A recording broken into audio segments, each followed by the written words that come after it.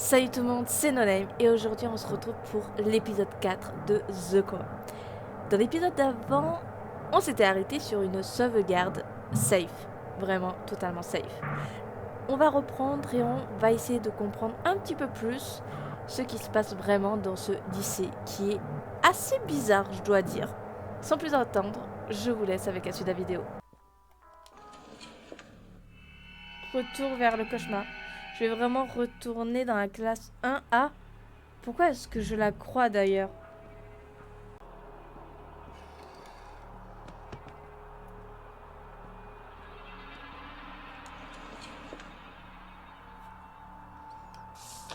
Ah super, je suis en 1B.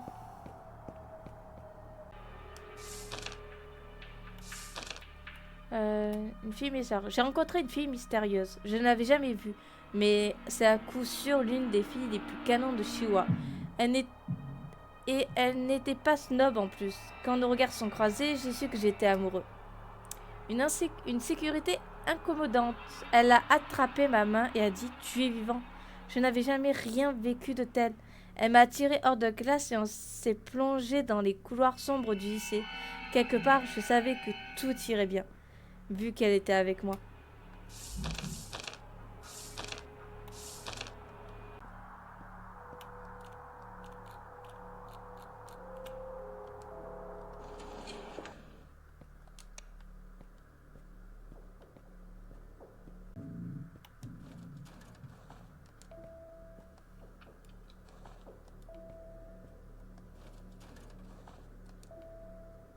Voilà la clé du bâtiment principal. Je devrais pouvoir m'introduire dans la salle des profs à présent.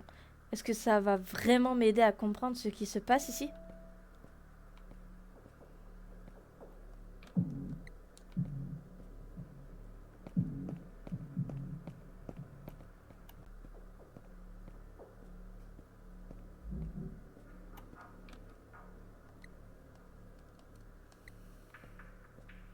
Wow, putain, fils de pute. Céo? Poulet, t'es là? Putain, mec, tu vas bien?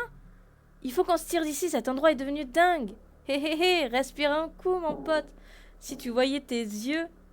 Pourquoi est-ce que j'ai l'impression d'être seule à flipper ici? Mademoiselle Song m'a pourchassé avec un cutter recouvert de sang. Eh, t'es dingue! Cherche pas à me faire peur, mec! T'es le chouchou de la prof! Pourquoi est-ce qu'elle tenterait de te tuer, toi? Ça n'a, genre, aucun sens. Je sais, fais-moi confiance, mec. Je sais que c'est pas logique, mais c'est la vérité. Si tu la croises, ou quelque chose qui lui ressemble, cours. Qu'est-ce que tu fais debout comme ça, au fait? Si ce que tu dis est vrai, il faut trouver un agent de sécurité. Ils ont les clés des différentes portes de l'école, y compris l'entrée principale. Tu paries combien qu'ils rappliquent si on désactive la vidéosurveillance? C'est ça, file-moi ton téléphone, mec. J'appelle la police. Oh merde, merci de me rappeler, poulet. J'oublie toujours mon téléphone à l'étage. Attends-moi, mon pote. Je reviendrai. Sérieux? On devrait pas se séparer. Et au fait, ton invitation de Schwarzenegger est nulle. Mince, il est déjà parti. Il pense vraiment que je vais l'attendre ici sans rien faire? Bon sang.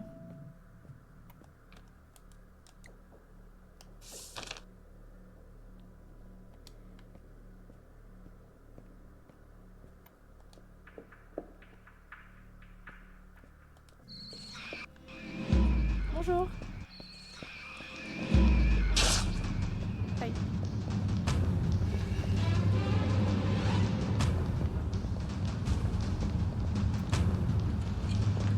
Oh putain.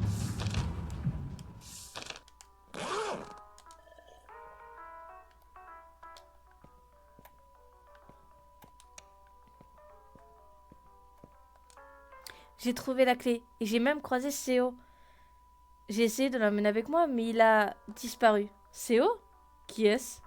Oh, Seo est mon camarade de classe. Gros binoclard, un peu geek. Alors, ton copain est ici également? Intéressant. Tu es en 1E, c'est ça?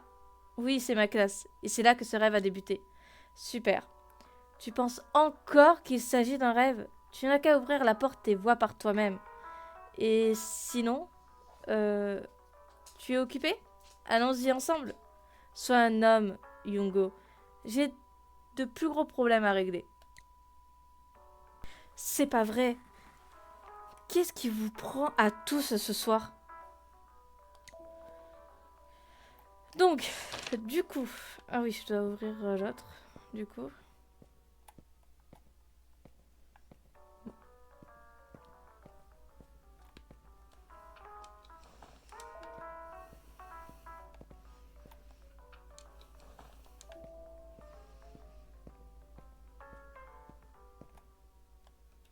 Merde. Enfin, qu'est-ce que je peux faire d'autre? Peut-être que l'un des agents de sécurité me prêtera une clé. Mao Zedong n'est pas une tueuse. Impossible. Mais elle n'avait même pas l'air humaine. Et si Sol avait raison, je ferais mieux de me bouger. Vous avez déverrouillé la porte. La clé a été retirée de votre sac.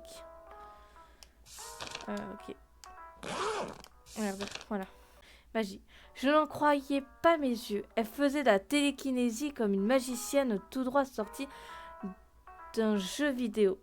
Les livres, crayons, gomme, ils flottaient en formant un cercle tout au-dessus de ma tête. Si ce n'était pas clair auparavant, elle avait à présent toute mon attention. Elle a tendu sa main vers moi, comme si elle voulait que je lui donne quelque chose. À ce moment-là, j'ai eu la sensation d'être tirée vers l'arrière, et je me suis réveillée. J'avais dormi toute la nuit à l'école. C'était un rêve bizarre, mais je voulais le revivre, ne serait-ce que pour la voir encore une fois. Contrairement aux écoles publiques, le lycée de Chihuahua choisit ses meilleurs élèves et les répartit dans des classes sélectionnées pour chaque niveau. D'après l'administration, cette répartition provoquera une synergie et une ambiance compétitive. Cependant, un petit nombre de parents irrationnels et d'élèves dont le niveau n'est pas assez élevé pour ces classes continuent de se plaindre. Ok. Et ce sera tout pour cet épisode numéro 4. Je sais que cet épisode a été particulièrement court, j'en suis désolée. Mais je ne voulais pas vous montrer toutes les morts que j'ai eues, toutes les impasses aussi que j'ai eues. Je ne savais pas trop où aller ou quoi que ce soit. Je voulais vous éviter ça. Sinon, la vidéo aurait duré 3 heures et je ne voulais pas trop vous faire subir tout cela, bien évidemment. Maintenant, on commence un petit peu plus à comprendre de ce qui se passe dans le lycée. Apparemment, ce n'est pas vraiment un rêve comme Yongo pourrait le prétendre et pourrait le croire. Plutôt, on découvrira tout ça dans le prochain épisode. En attendant, j'espère que cette vidéo vous aura plu, même si elle était assez courte. N'hésitez pas à vous abonner, à laisser un commentaire, ça me fera extrêmement plaisir. Et moi, je vous dis à dimanche prochain pour une nouvelle vidéo. En attendant, prenez bien soin de vous. C'était Nonai.